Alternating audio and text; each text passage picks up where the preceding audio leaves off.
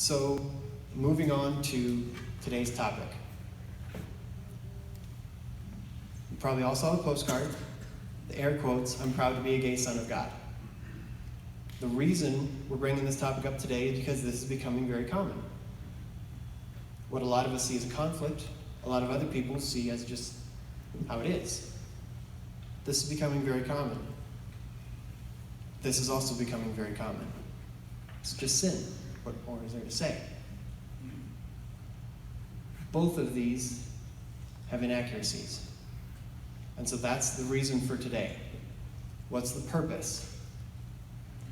Well, if you look in 1 Chronicles, you'll see it's titled Warriors Join David. And it's all just listing these groups of warriors from different places, some 6,000, 20,000, 50,000, etc. And most of them have qualifications as to why they came. For example, 20,800 trained in sword and spear. Then others, it was 40,000 ready for battle. So they each had something after them. Sometimes it was just 40,000 guys, they came ready for battle. Other times they had special skills. The total, that's not a total list on the side, but if you add it all up, there were over 300,000 warriors who came to join David. In that 300,000, there was a group of 200 that 2,000 years later we still have record of. And not just 200 guys showed up, but 200, and it explains why those 200 were important. This is from Issachar. Men who understood the times and knew what Israel should do. 200 chiefs with all their relatives under their command. 300,000 people, yet these 200 people were called out and specifically recorded as warriors who understood the times and knew how Israel should respond. So that's my purpose for today. We as Christians in today's world need to understand the times, and we need to know how the church should respond. So that's the reason and the purpose for today's topic. So what's the background? Where did the topic come from? How did I even pick it? Well, how many of you are familiar with Pete Buttigieg, one of the candidates, Indiana, I believe, running for president, right? He's addressing Mr. Pence. He says, if you have a problem with who I am, then your problem is not with me. Your quarrel, sir, is with my Creator. He's addressing Vice President Mike Pence. It has made me a more compassionate, more understanding, more self-aware, and more decent. Talking about his homosexual relationship. My marriage to Chasen has made me a better man. And yes, Mr. Vice President, it has moved me closer to God. And he's not the only big name we've seen recently. Brigham Young University, their valedictorian, got up to give the graduation speech, and he said, as such, I stand before my family, friends, and graduating class to say that I am proud to be a gay son of God. So a lot of us in this room see that as statements like those and say, how can they rectify the two? Biblical teaching is clear. Yes, God loves them, but it's also very clear that that's not something he can celebrate. So today we're going to discuss how people have come to the place where they can accept both, celebrate both, and not think there's any conflict. Something I want to make very clear. I'm not here to make judgments about a person's salvation. Both of these two gentlemen still have chapters being written in their life. I'm not going to be here and tell you that they're going to hell. I'm not going to be here and tell you that they're going to heaven. That's between them and their Creator. I think the Bible is very clear on the standard we're called to. It's also very clear that Christ's grace abounds. So I'm not going to try and say where these two gentlemen are going to go come the end days. Their books are still being written. That's between them and God. We can figure out the rest. So I believe there's three pieces to the puzzle that will get us to the place of I'm proud to be a gay son of God. So we're going to go through those three pieces of which pieces of their worldview equal the fact that they can be proud of both and not see any conflict. And then we're going to talk about how we as Christians should respond to this and to the movement as a whole. So first of all, I believe it'll go right into, yes, a video. This gentleman's name is Matthew Vines. He's one of the prominent speakers on the issue. He explains why, essentially, there's room in the Bible for loving monogamous homosexual relationships. So the audio should be good. It's about 4 minutes.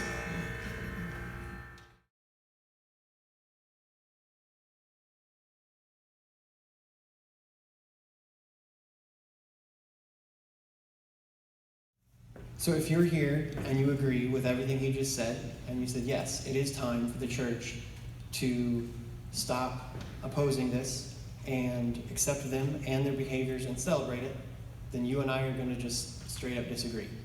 So let's just get the elephant out of the room. If you agree with this video, let's talk.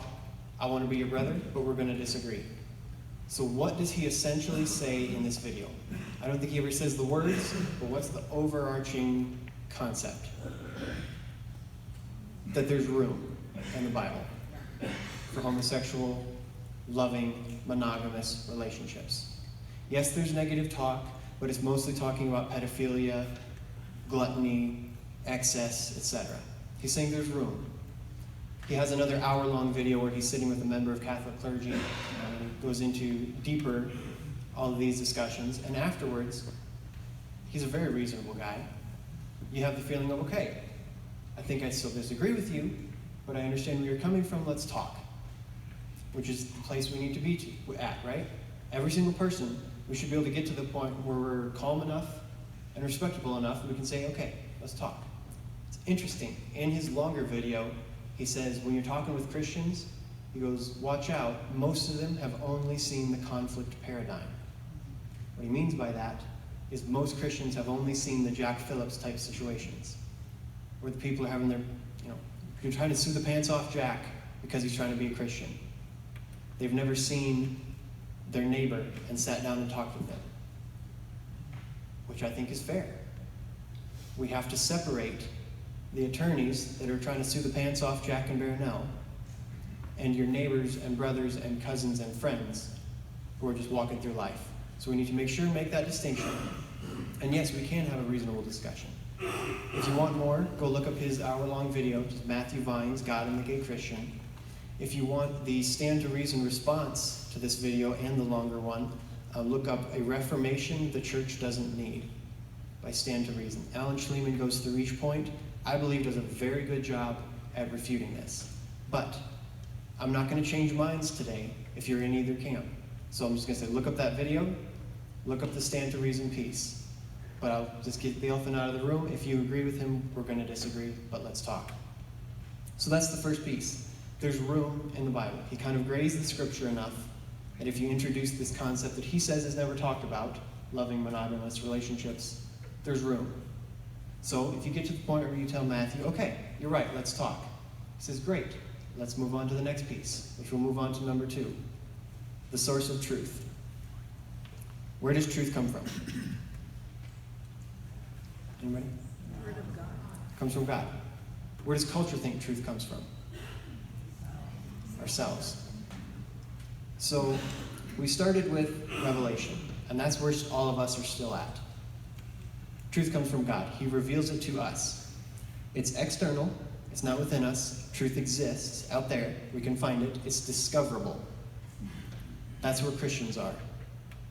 Then society went to reason. This is where you see a lot of like the Darwinism type things. Well, we don't need God. We've explained everything through science. We've figured it all out.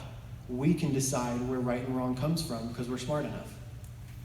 So that's when we went to truth coming from reason, which it was then internal. So truth comes from reason, it's internal, it's discernible. We can figure it out and decide what's right and wrong.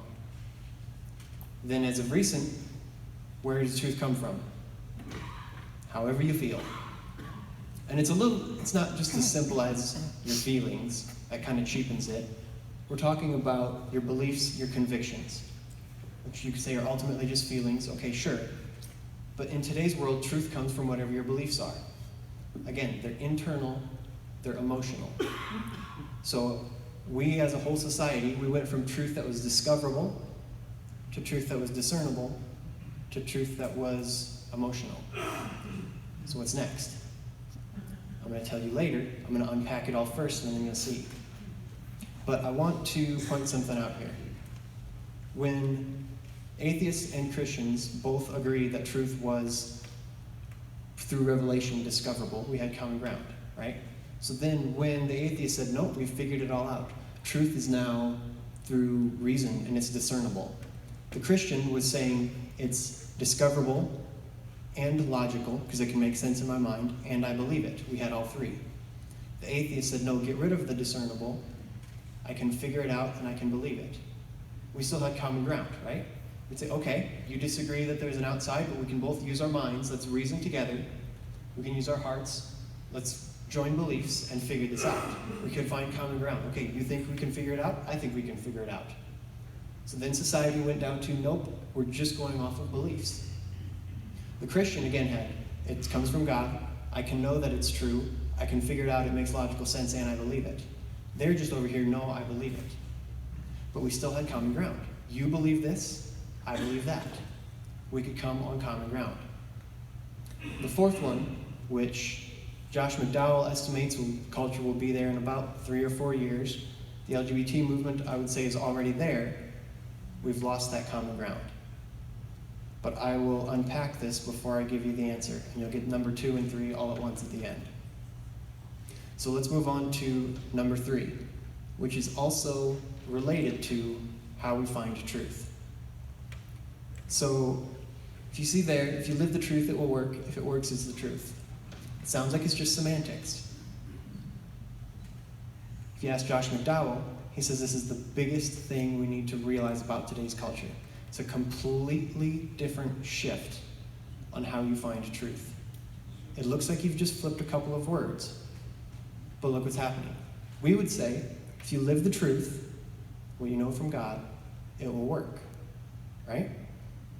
If you have a culture that believes there is no out there is no God, there is no ultimate truth, you can't go find the truth and then it will work. So it makes sense that they've looked backwards. If you've got to figure out your own truth, what would you rather do? Pick one, live it out for a couple of years, see if it works, and then maybe pick another one, live it out for a few years, see if that one works better? Does that sound like a good plan? Not really. So if you've got to figure out what your truth is, what are you going to do? You're going to look for what works. I mean, it kind of makes sense. If you've completely locked out the idea that there's ultimate truth, and you just have to find a truth, find the one that works the best. So look how people are living, look how people are acting, and you'll find your truth. They're coming backwards. And we'll see, this is a little bit pervaded in even our worldview within politics. I'll get to that later maybe. But that's kind of their way of going about it, the way they're finding truth. Is this a big deal? Yeah. Yes. It used to be that if a Christian messed up, their hypocrisy was a black mark on their own walk in the truth. Right? The pastor has an affair, he messed up and wasn't living the truth.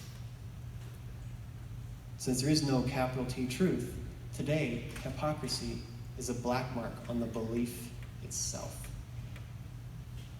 It's not that the pastor messed up, it's not that the business owner made a mistake in walking out the truth. The business owner, the pastor, whoever has the wrong truth. So we're going to go to somewhere else and find something that's working better. Matthew Vines, once he gets you to the point of, hey, let's talk, he brings up the idea of the fruits of the Spirit, right? And he says, look at a homosexual, loving, monogamous Christian relationship. He says, we have all the fruits of the Spirit. He goes, look at a lot of the conservative churches that are still very angry. He goes, who's doing a better job of living the Christian walk? Again, he's pointing to the actions and saying it's a reflection on the actual belief. He brings up this. So once he has you to the place of let's have a reasonable discussion, he brings up this scripture. By their fruit you will recognize them. Do people pick grapes from thorn bushes or figs from thistles? Likewise, every good tree bears good fruit, but a bad tree bears bad fruit. A good tree cannot bear bad fruit. A bad tree cannot bear good fruit. What's he saying? He's saying your belief is the tree, your actions are the fruit, like the fruit of the Spirit. So if you have good beliefs, it's going to manifest itself into good actions. You're going to be loving, you're going to be compassionate, you're going to be respectable, you're going to help the poor. If you have bad beliefs, we're going to see that manifest as anger, as frustration, as unwillingness to talk and reason. Does this make sense? Yes, it makes sense. What is he leaving out? Sin. He's leaving out a couple things. First of all, is man inherently good or inherently bad? Exactly. So, let's say the tree is your beliefs. If you have a good tree, we'll say good beliefs. In the human equation, does a good tree equal good fruit? Sometimes, because we're human. But if humans are inherently good, the only thing to point to is the beliefs. Because humans aren't inherently bad. You're just a victim of whatever beliefs you have. Second problem.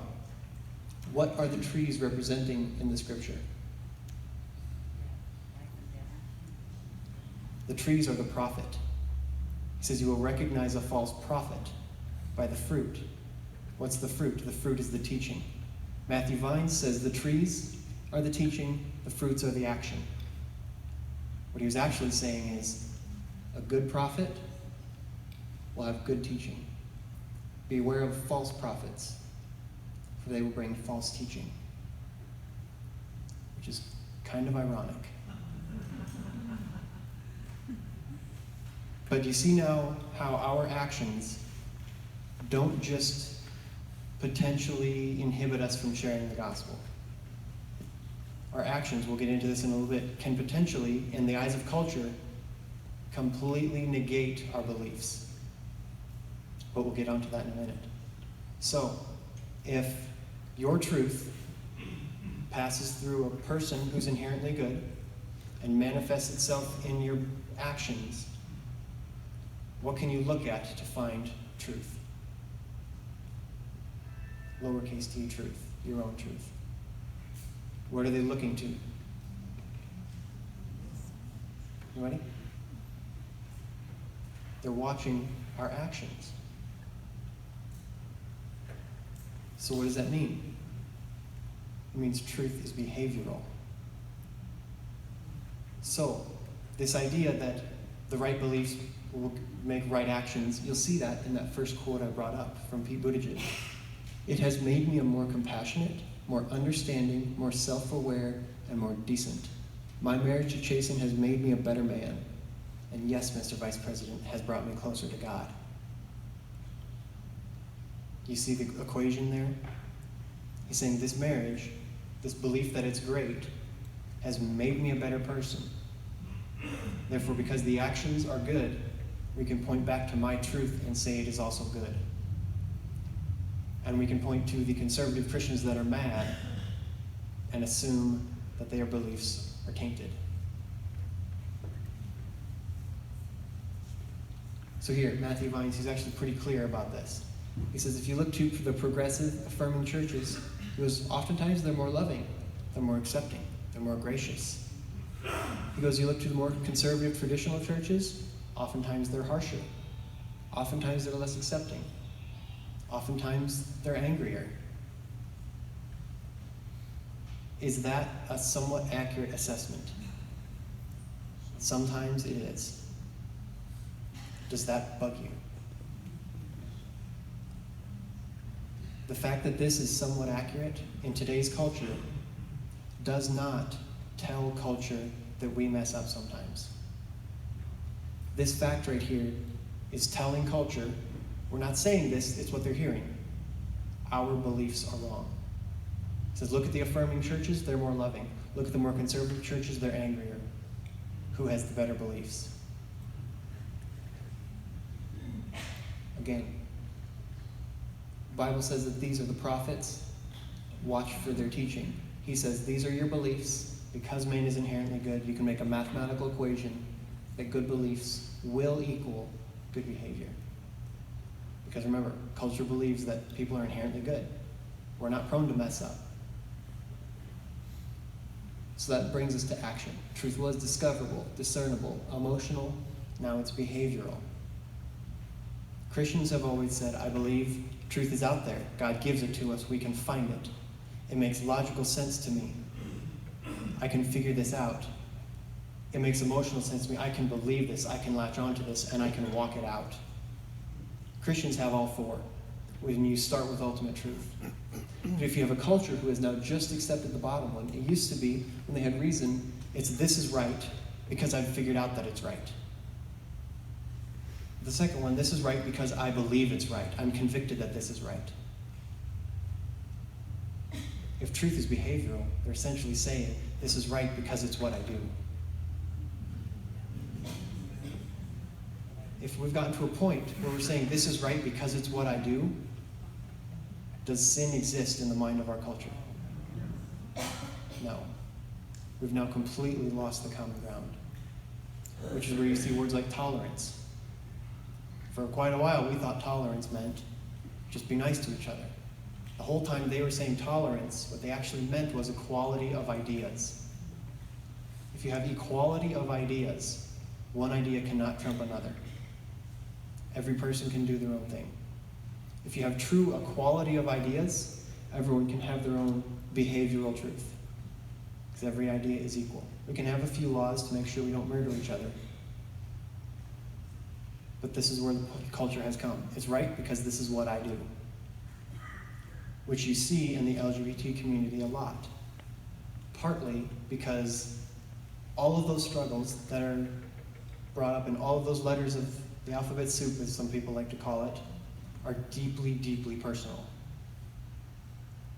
So they believe it's tied to their belief, tied to their identity. This is who I am, this is what I do, this is my truth. And once we realize that, then it'll better help us figure out how to respond. So that's the progression of truth. And those are the three pieces when you add them all together. Matthew Vine says there's room in the Bible for homosexual marriage if you're loving and monogamous. And he said actions point to truth. We're producing better fruit. So they're proud to be gay or lesbian and Christian. I believe that's the equation to how they can get to that point. I'm not saying it's accurate, but does that kind of make sense? It does. If you believe that man is inherently good, that truth doesn't come from God, that we're just looking for the best way forward, this path kind of makes sense. Again, not saying I believe it's accurate, but it makes sense. We can sit down and talk. We can reason. So this is how they come to that belief. We've got about 15 more minutes, and we'll maybe take questions. What do we do with this? How do we respond?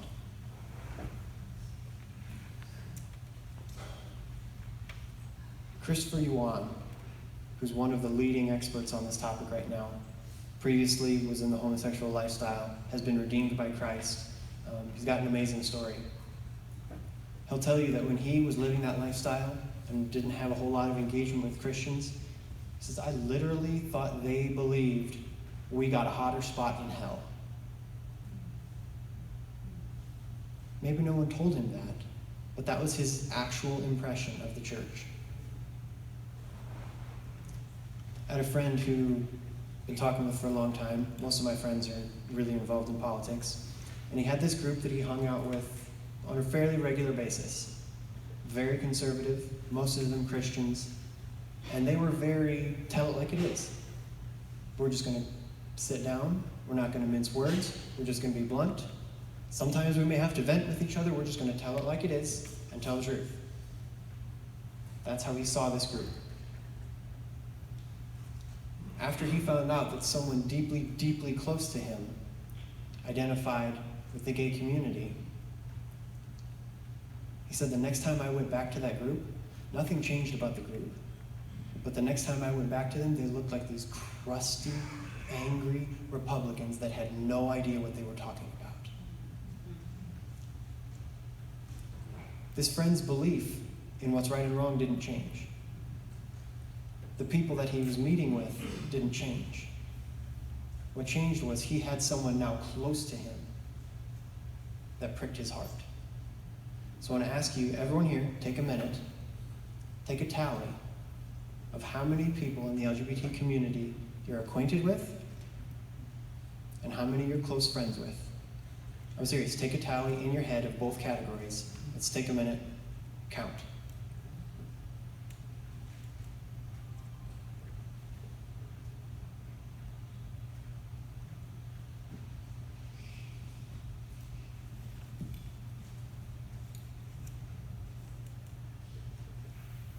If you're sitting there and you're like, okay, I think I know one or two people that I've met that are probably, or you're like, okay, I have one sort of close friend, and I think this other person is probably part of the LGBT community. If your numbers are really low, please hear me.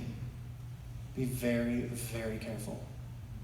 Because you will unintentionally err heavy on the side of backbones of steel and not on hearts of compassion. You may not mean to. The people that this friend was meeting with didn't mean to. But they were leaning heavy on the backbones of steel because it wasn't personal to them. So if you don't really know anybody in the LGBT community, please check what you're saying and how you're saying. Because you might be coming across in ways that reflect poorly, not just on the way you're walking the truth, but in how culture believes whether we have the truth or not. Josh McDowell tells a story. He was with a youth group kid. This kid came up to him every week with questions, like the really deep questions of faith, of morality, of is the Bible true, is Christianity real? They'd have these deep discussions. And then after a while they stopped. And he asked him, he goes, are we good? He goes, yeah, you just answered all my questions. He goes, okay, cool. A while later, they're at a retreat. I believe they were up in the mountains, but after the campfire, this student was sitting there, after everyone had left, bawling his eyes out. He goes, this wasn't just a kid sitting around a fire kind of crying. He was weeping. So I went up and I sat down beside him and I said, what's going on, man? He goes, you know when I was asking all those questions? He goes, yeah. He goes, I was hoping you couldn't answer them. I was hoping Christianity wasn't true. I said, well, why is that? He goes, because I've come to realize that I have homosexual attractions. I believe I'm gay.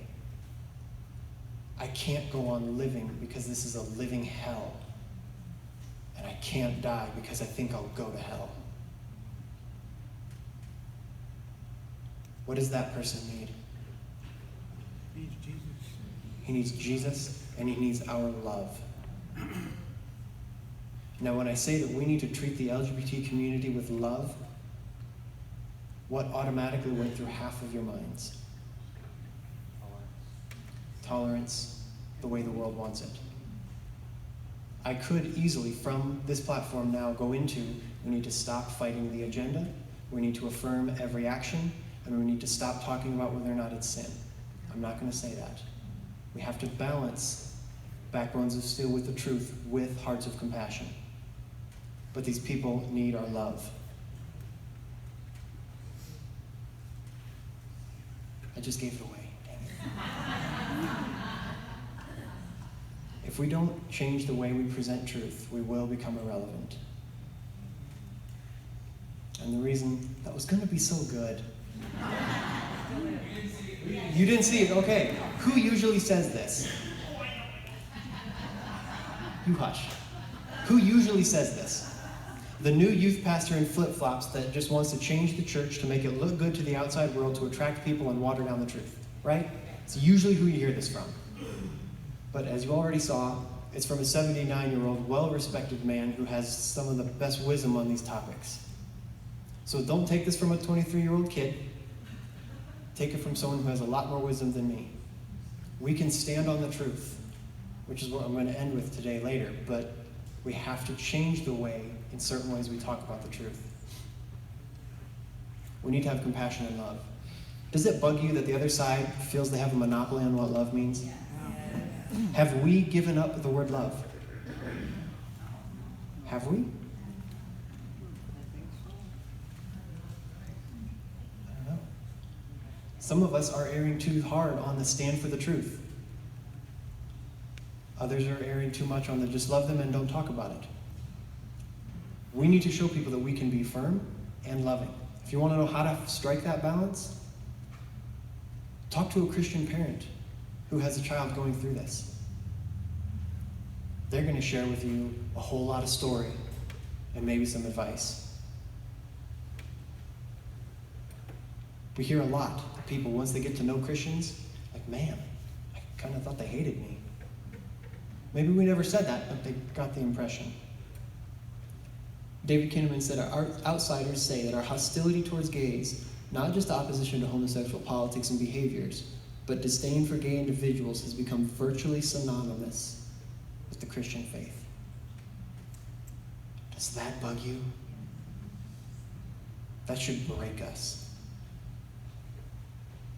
We can stand firm and yet get rid of this reputation. Again, hypocrisy used to be a black mark on the way you're walking out the truth. Now it's a black mark on whether or not you have the truth. Wrong actions used to be you're not effectively living out the truth. Now it's that your truth is ineffective or inferior. Barna recently did some research. It says that religious liberty is a smokescreen used to discriminate against gay people. Agree, strongly disagree, somewhat disagree, etc., right? SageCons, which is spiritually active, governance-engaged conservative Christians. It's us. Only 21% of our people agreed with that statement. Go to the general public, it's 44%. You go to millennials, which is 18 to 35, according to this survey, it goes even higher. More than half of young people today, between 18 and 35, think that it's just a smokescreen. Have we given them evidence to believe that? Or have they just listened to the lies? The vast majority of Christians and other people of faith who believe homosexuality is wrong do not hate gay people and lesbian people. 98% of us would say, yeah, that's absolutely true. We don't hate them. Go to the general public, only 64%. You go to millennials, even lower. Does that bug you? If they're getting this impression from us, does that mean we change the truth? No. Does that mean we examine the way we're talking about the truth? Absolutely. So I have a few terminology changes that I want to talk about. Please, please, please, please stop saying this. And I'm not pointing fingers at you, I'm talking to the church as a whole. Corny jokes are not going to get us to the goal. People say, well, I only say things like that around my close friends. How do you know your best friend isn't struggling with this and never told you? If you're making jokes, making light of it, are they ever going to confide in you? No. It might be evidence that you have the wrong beliefs based on their worldview. Being gay or lesbian is a choice, just like every other sin. Is this statement accurate or not? It's not that simple. So, what we hear is either it's not a choice, I was born this way, or it is a choice, and you weren't born that way. Which statement is accurate? Neither one are wholly accurate. The real answer is closer to this. It's not a choice, but you weren't born that way. Talk to a Christian who's struggling with this, and you tell them this is a choice, you will have just told them you have no idea what you're talking about. Because the Christians who are struggling with these attractions, because the attraction isn't sin. The attraction is a struggle. Homosexual sex is a sin. You talk to a Christian who's struggling with this, but keeping it under wraps and living a holy life, and you say it's just a choice. How are you going to come off? The Christians will tell you, you think I chose this struggle? That kid sitting around the fire bawling his eyes out saying it's a living hell. You think he chose that? No. Are there examples where a son will say, my dad hated gays so much that I just thought it would be fun to take him off and do this? Are there stories of that? Sure. That's not usually what's going on. The APA says it's a condition that develops over time. That's why they say born this way, because the seedlings have started early. I'm not going to get into all the details. Alan Schleman will do it way better than I can. Go look him up. But that's why a lot of people say, I'm born this way, because the feelings started early and they developed over time. hear this one a lot too. It's the LGBT, LMNOP, ABC, alphabet soup group, right? When we say it like that, what are we trying to say? This is so bizarre, they just keep adding letters and it doesn't even make sense. That's the message we're trying to say. What we're conveying is that we don't even know what we're talking about. If you are trying to reach somebody with the truth, with love, with whatever message you're trying to reach them with, and we can't get 4 letters in a row figured out, what is that going to say about our credibility?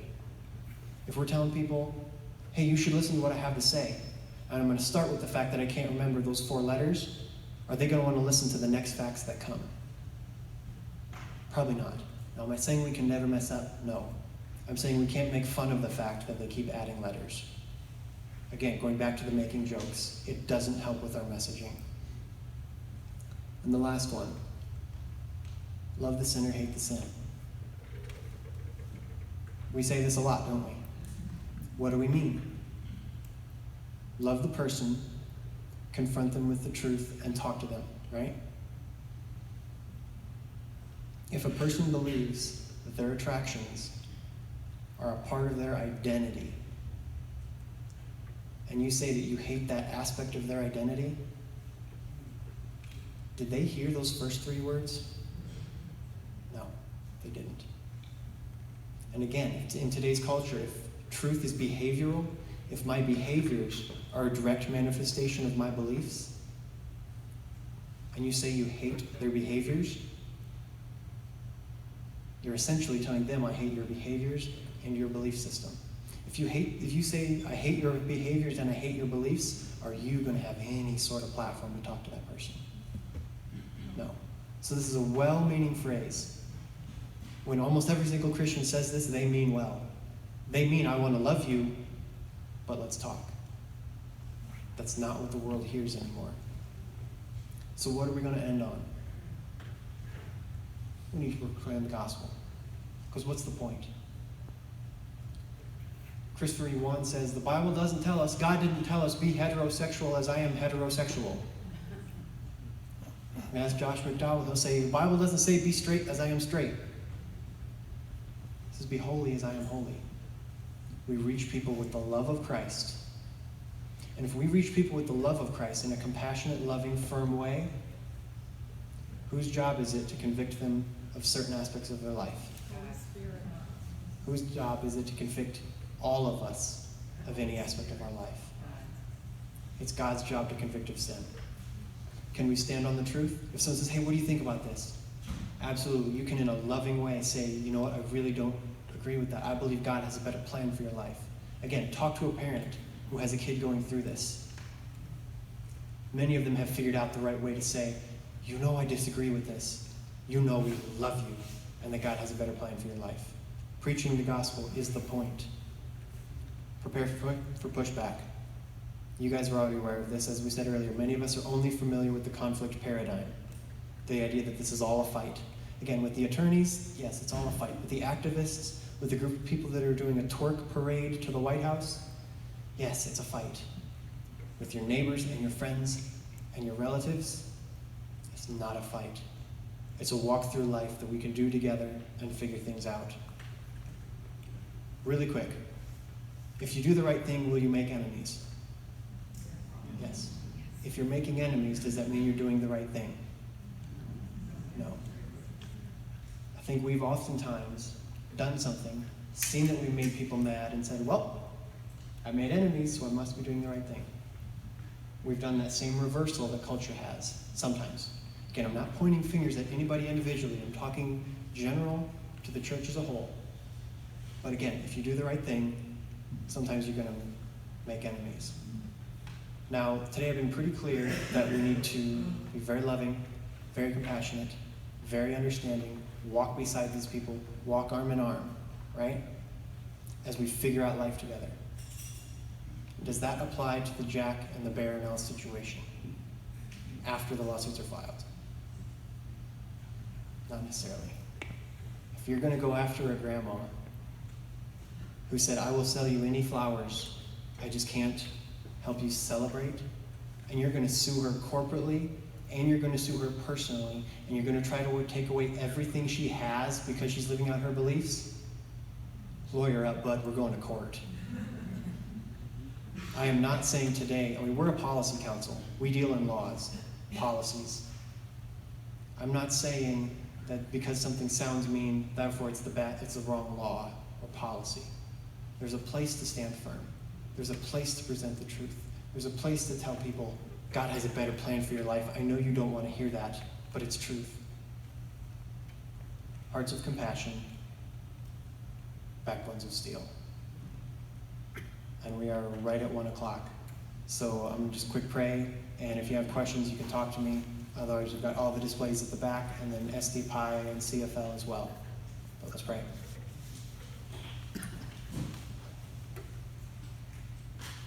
God, I thank you for this group of people that have come here today because they realize this is a tough topic. This is a very controversial topic. This is a big topic in our culture right now.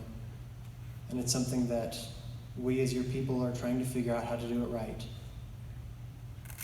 I pray that you give us the wisdom to know when to extend the hand of grace, when to stand on the truth, and the right way to stick out both at the same time, to extend your love and extend your truth. I pray that you would make us like those men of Issachar. Yes, they were warriors, but in the midst of 300,000, you made sure it was recorded that they understood the times and they knew what they should do. Let that be said of us, that we understood what was going on in our culture and we as the church knew how to respond. I pray this all in Christ's name. Amen.